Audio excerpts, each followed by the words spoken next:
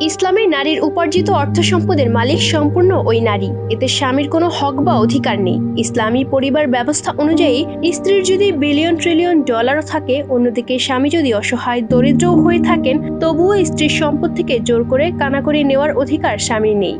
ইসলামের স্বামী ও স্ত্রীর অ্যাকাউন্ট আলাদা। অনেকেই ভাবেন যে অ্যাকাউন্ট আলাদা হওয়া মানেই দুজনের পবিত্র সম্পর্কে দূরত্ব সৃষ্টি হওয়া।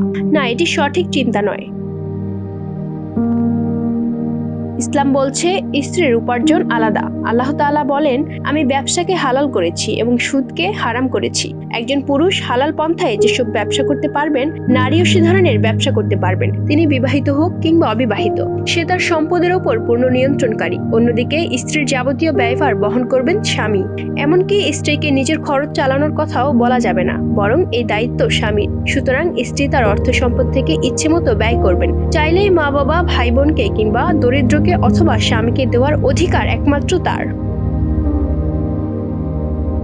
শরীয়তে স্ত্রীর ভরণ পোষণের নির্দিষ্ট কোনো পরিমাণ নির্ধারিত করে দেয়নি, বরং স্ত্রীকে প্রয়োজন পরিমাণ অর্থ দেওয়া স্বামীর কর্তব্য। তবে পরিমাণটি পরিবেশ পরিস্থিতি, অবস্থা ও স্বামীর সামর্থ্য নির্ভর হতে হবে। এছাড়াও বিবাহিত যে কোনো নারী যখন স্বামীর অনুমতি নিয়ে চাকরি বা ব্যবসায় নিয়োজিত হবেন, তখন উপার্জনের জায়গাটি বা প্রতিষ্ঠানটিতে ফিতনা থেকে বেঁচে থাকার নিশ্চয়তা থাকতে হবে। ফিতনা থেকে বাঁচার সুযোগ থাকলেই তিনি চাকরি বা ব্যবসা করবেন, অন্যথায় তা নাজায়েজ হবে।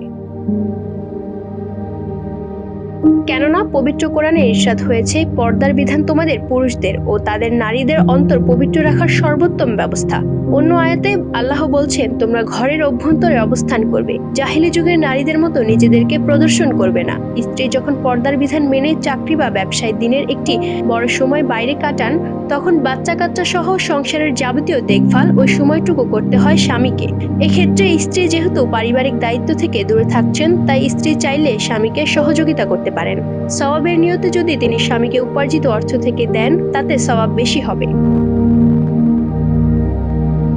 এজন্য স্ত্রী নিজের সম্পদ থেকে কাউকে যদি দিতেই চান, দ্বিগুণ সওয়াবের উদ্দেশ্যে স্বামী সন্তানের জন্য খরচ করা উচিত। কিন্তু স্বামী কোনো অবস্থাতেই স্ত্রীর সম্পদ থেকে অনুমতি ছাড়া খরচ করতে পারবেন না। স্ত্রীর উপার্জিত অর্থ থেকে এক পয়সা দাবিও করতে পারেন না। আল্লাহ তাআলা মুসলিম উম্মাহকে যথাযথ আমল করার তৌফিক দান করুন। Desk report, campus Times.